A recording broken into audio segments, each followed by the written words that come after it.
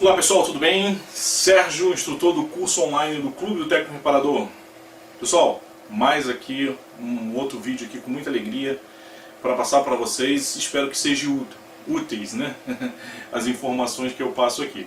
Se forem e se você gostar, ajuda a gente aí, dá um like, isso ajuda o canal pra caramba. Se você não é inscrito, se inscreva. Hoje o YouTube não está avisando mais as pessoas assim que a gente coloca vídeo no canal. É porque a quantidade realmente é muito grande, né, de informações que vão para o YouTube. Mas ali tem um sininho. Se você acompanha aí os nossos vídeos e quer sempre estar recebendo em primeira mão os vídeos, tem um símbolo de um sininho, clica ali, que assim que eu colocar um vídeo no YouTube você vai ser informado, ok? E não esqueça de ajudar o nosso canal aí, se for útil para você. Dá um likezinho que ajuda pra caramba a gente. Pessoal, capacitor eletrolítico. Essas informações que eu vou passar aqui nesse vídeo, eu vou estar aprofundando um pouco mais no blog do curso de refrigeração.com. Deixarei o link aqui, porque às vezes eu faço alguma descrição lá, né, que eu não comento aqui, ok? Então não deixe de acessar o blog, lá tem muitas informações legais. Ok, vamos falar rápido aqui sobre o capacitor eletrolítico. Capacitor eletrolítico. Existem vários tipos de capacitores, né? Eu vou estar falando aqui sobre o eletrolítico, mas tem capacitor de cerâmica, de tântalo, capacitor de poliéster, enfim, tem uma variedade muito grande de capacitor. Mas esse vídeo aqui nós vamos falar mais do capacitor eletrolítico. Para a gente que lida com refrigeração, que lida com máquina de lavar, é o que a gente mais encontra, né? Normalmente eles trabalham em AC, em motores, ou de partida, ou permanente, certo? Então esses capacitores eletrolíticos tem também os eletrolíticos menorzinhos, que são em placas e módulos de trabalho em circuito eletrônico. Ok? Então, capacitor eletrolítico. Lá no blog eu vou estar comentando sobre os outros tipos de capacitores. Ok? O capacitor ele tem a sua capacitância, que é o valor que vem impresso no invólucro, no corpo do capacitor, né? Por exemplo, tem um capacitor aqui, que é de uma máquina de lavar, e aqui no invólucro vem dizendo a capacitância dele, ó, aqui, ó, 45 microfarads. Microfarads. A letra como se fosse um U e aqui o F de micro, né? A capacitância é dada em microfarads, nanofarads, picofarads. Na realidade, a capacitância de um capacitor é dada em farads, né? Farads. Eita, ficou feio isso aqui, hein? Farads. Mas aí vem os seus submúltiplos, que é o micro, o nano e o pico, que esse valor aqui é altíssimo. Então, capacitância. Eu não vou me aprofundar aqui, pessoal, porque capacitância, por exemplo, a fórmula é C é igual a Q sobre V. Q é uma carga, né, elétrica dada em Coulomb. E embaixo o V é de voltagem, né? A Coulomb, ou seja, se você for... Mas o que é um Coulomb? Coulomb é a quantidade, né, a corrente de 1 ampere que passa por um tempo de 1 segundo. Então é uma carga, né, que vai para cima, essa corrente que vai para o capacitor, dependendo da tensão que é aplicada nos seus terminais, aí chega-se o cálculo da capacitância.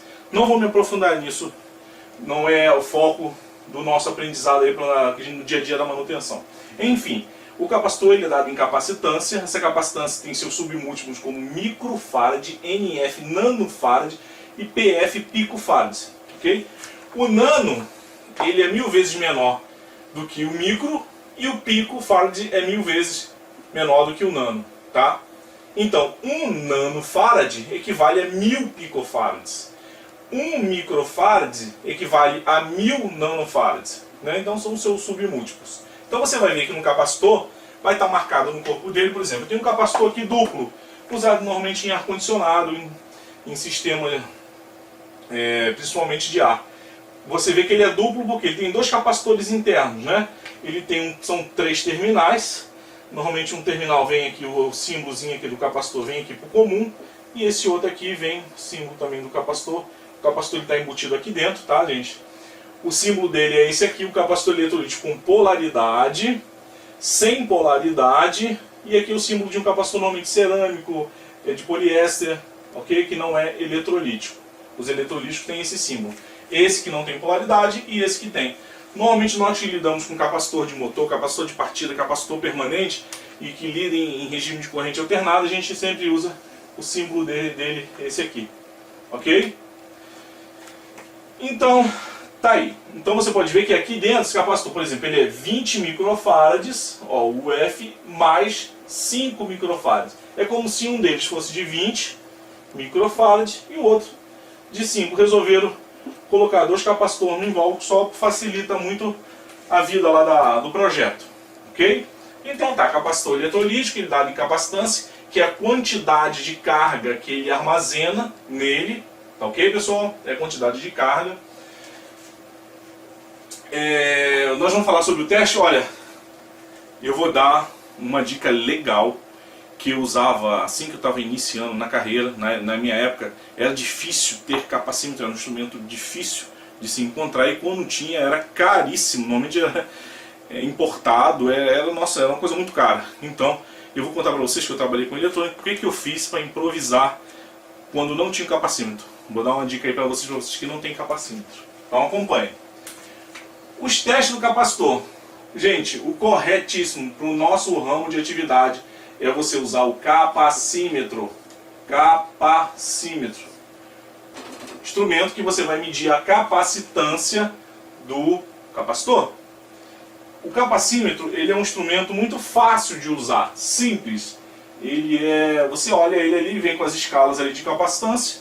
Um exemplo, se você vai pegar um capacitor de 100 microfarads. Você chega no instrumento, coloca o valor de capacitância que seja maior do que 100. Vamos supor, lá no instrumento tem 200.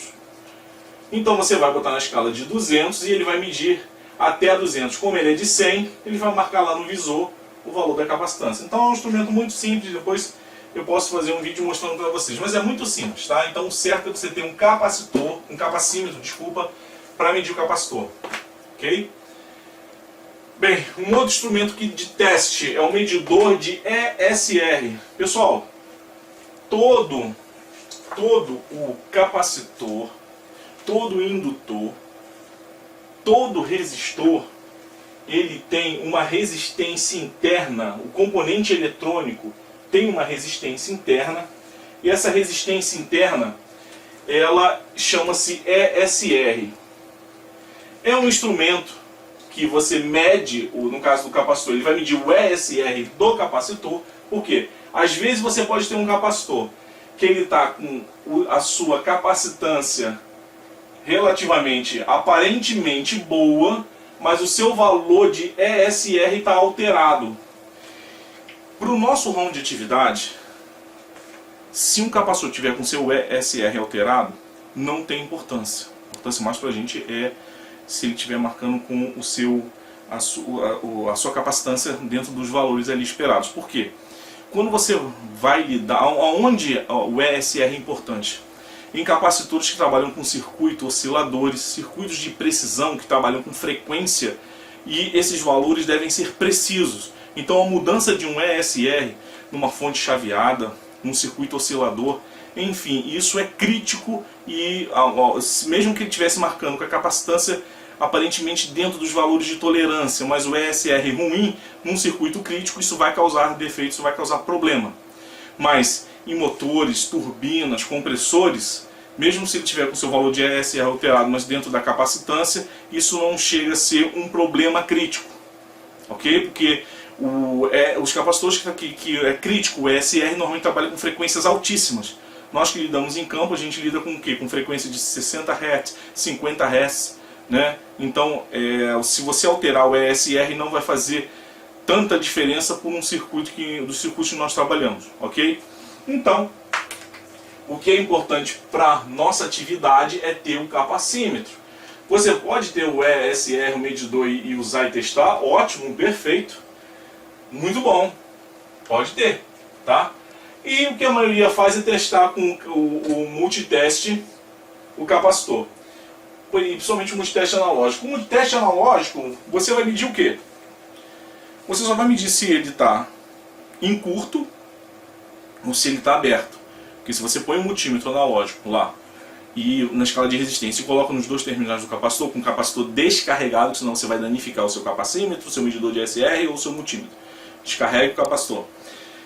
Então se você for medir ele na escala de resistência, se a agulha for até o final e parar, ele está em curto.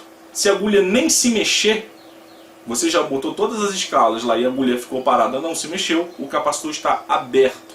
Então com multímetro analógico você só vê esses dois estados. Ah, ou então com fuga.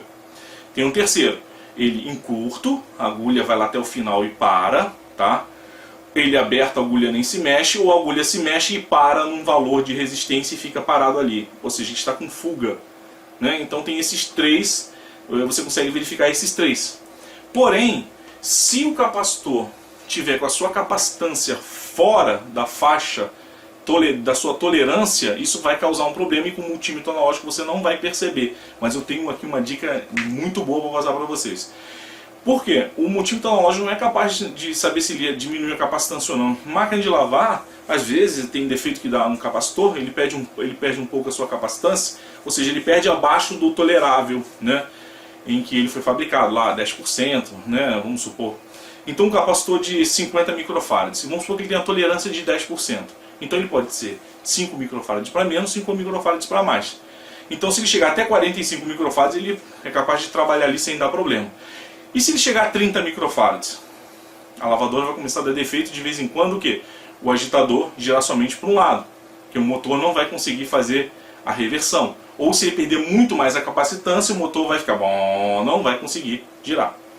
E com o multímetro analógico você não consegue ver isso, né, se ele diminuiu ou aumentou a sua capacitância, a não ser com a dica que eu vou dar aqui. Então, por isso que é importante o capacímetro. O capacímetro, ok, gente? Então, com o multímetro analógico você é capaz de ver se ele está em curto, com fuga ou aberto. Porém, ele não é capaz de medir a sua capacitância, né? E eu canso de encontrar aí no mercado equipamento com a capacitância baixa, dando problema de não partir o compressor, motor falhando em lavadora de roupa, enfim, é crítico, tem que ter o capacímetro. O medidor de ESR pode ter, não é essencial no nosso ramo de atividade. Para manutenção de placa eletrônica é sim importantíssimo o medidor de ESR. E o multímetro analógico, ok? Então, vamos seguir aqui a nossa aula. Tem um capacitor aqui duplo, muito usado na refrigeração aí de ar-condicionado, refrigeração comercial, ok? São nada mais do que dois capacitores dentro dele. Não tem polaridade, tá, gente? Não tem positivo, negativo. E os defeitos que mais apresentam no nosso campo aí de atuação é perda de capacitância, terminais oxidados, chega a apodrecer ali os terminais, ou ele vai estar em curto ou ele vai estar aberto. Então esses são os possíveis defeitos que a gente encontra aí no nosso campo de trabalho. Você encontra também, é mais difícil, mas você encontra com ele com fuga, tá? Em fuga. Tem essa possibilidade aqui também, tá? Mas o que eu mais encontro aí no mercado é perder sua capacitância, então terminais oxidados e podres. Então, nossa, como tem bastante isso, ok? Agora vamos para o grande lance, o grande bizu do momento. Você precisa testar o capacitor e você precisa saber se ele está dentro daquela capacitância, mas com o multímetro analógico você não vai conseguir ver, a não ser essa dica aqui. O que você vai fazer? Você vai comprar, por exemplo, que se você lida com manutenção de eletrônica, normalmente os capacitores eletrolíticos que comercialmente tem aí é de 1 microfarad, 2,2, 3,3, 4,7, 10, 22, 330, 47 microfarads, 100, aí tem 220, 330, 470, tem 500, tem 1000, né, microfarads. Então você vai na loja de eletrônica, você vai comprar um capacitor de cada um desse aqui, é barato, gente, não é caro. Isso aqui é baratinho. Você vai comprar um capacitor desse, ele tem que estar novo. Ou então você vai comprar os capacitores que mais você está acostumado a usar. Vamos supor, eu sou mecânico de lavador, eu só lido com, por exemplo, na região onde é 127 volts, normalmente os capacitores de motores, eles são de 47 microfarads, 50 microfarads. Em região que é 220, normalmente o capacitor é de 15 microfarads. Então se você não está acostumado a mexer com esses valores aqui, você vai pegar aqueles capacitores que normalmente você lida, tem um deles novo, e o que você vai fazer? Você vai pegar o multiteste, vai botar na escala de resistência E você vai medir, por exemplo, capacitor de 1 microfarad. Vamos supor, eu botei aqui na escala de X1, a agulha vai dar uma mexidinha, muito pequena. Aí não dá, vou botar na escala de X10. A agulha se mexeu, mas não muito. Na escala, né, X100. A agulha já está querendo mexer mais. Botei na escala de 1K. X1K. Aí a agulha de repente, opa, veio até aqui. Aí você inverte a ponta de prova no capacitor, que toda vez que você for medir o capacitor, ele vai carregar. Você tem que inverter a ponta para ele descarregar e carregar de novo. Então você vê qual é o valor que ele vai chegar aqui. Não deixa chegar muito para cá, aumentando aqui, e nem deixa se mexer pouco. Pega uma média aqui e você vai inverter e vai fazer o teste até você ver que vai dizer, caramba, ele chega até a 100 aqui, ó, no valor de 100 na leitura do instrumento. Então você descarrega ele, testa de novo. Ele vai chegar até um ponto máximo aqui numa determinada escala e vai voltar. Você vai inverter, ele vai chegar nessa escala, o máximo, e vai voltar. Ok? Então você vai pegar mais ou menos a média que ele chega até aqui e marca, um capacitor de 1 microfarad. Gente, eu não sei se dá esse valor, isso aqui é só para fins didáticos. Vamos supor um capacitor de 10 microfarads. O capacitor de 10 microfarads em X1K, eu não sei se é isso, tá, gente? Se ele vai dar, se ele vai mexer assim. Ele chega até 100. É igual a 100. O capacitor de 22 microfarads em X1K também, ele chega até 50. Né? Aí o que você vai fazer? O de 1 microfarad, às vezes é necessário você botar até em X10K. Valores, quando os valores são bem menores, vão diminuindo, você tem que aumentar na escala de resistência, tá ok, pessoal? E quando os valores forem maior, você vai diminuindo na escala de resistência. Vamos supor que você pegou um capacitor aqui de 100 microfarad, colocou ele na escala de X1, aí ele marcou lá no visor, 300. Então você vai fazer uma tabelinha e botou, 100 microfarad normalmente é 300, que ele vai aqui na escala de resistência, ok? Então você faz uma tabela com um capacitor novo. Quando você pegar um capacitor que... Por quê? Por que a gente vai fazer, tem que fazer essa tabelinha?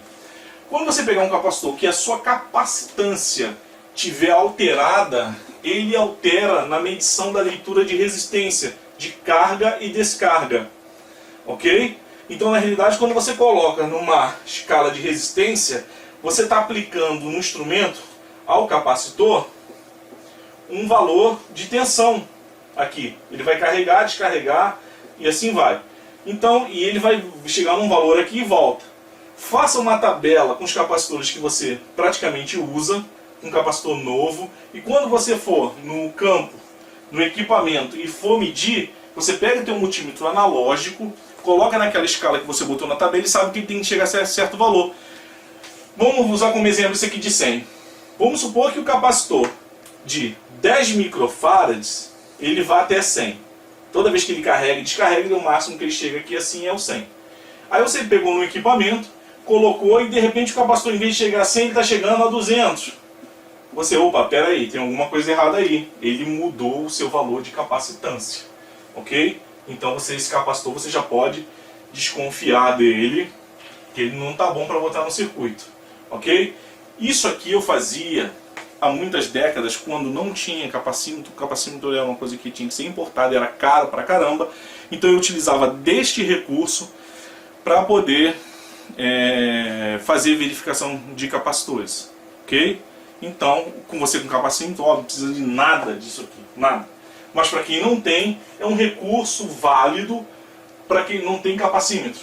Ok, gente? Então tá aí, faça essa tabela aqui com capacitor novo. Uma coisa que vocês forem comprar capacitores novos, compre capacitor com 105 graus.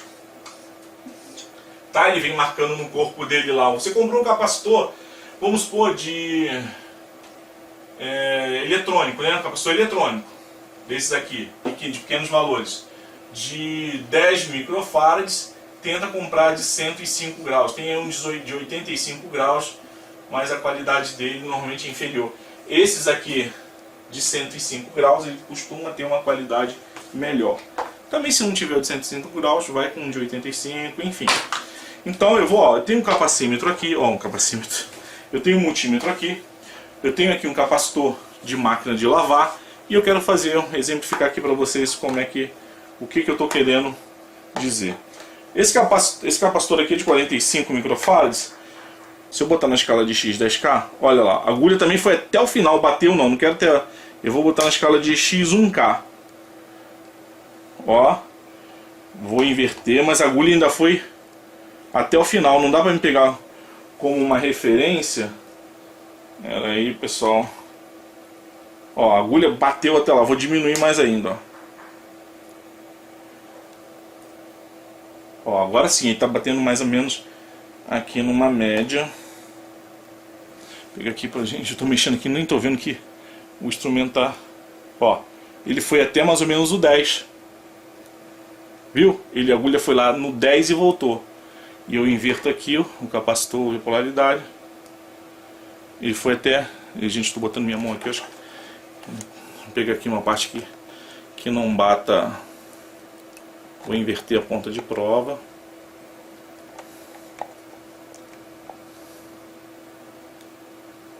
Enfim, eu coloquei aqui, ele foi até lá em cima, na última escala, de 10 e voltou. Foi até o 10, toda vez que eu for medir, eu tenho que inverter, tá? Para descarregar e carregar o capacitor.